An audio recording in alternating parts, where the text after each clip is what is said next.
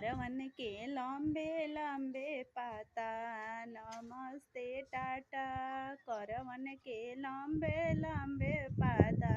नमस्ते टाटा करवन तोड़े चलेली छिनारो समाधि के बहिना।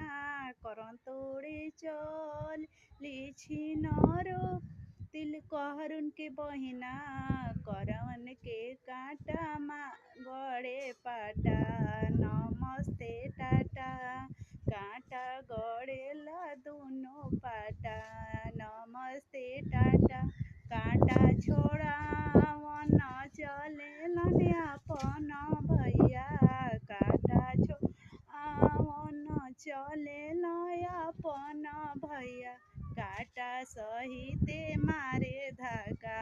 नमस्ते टाटा कांटा सहित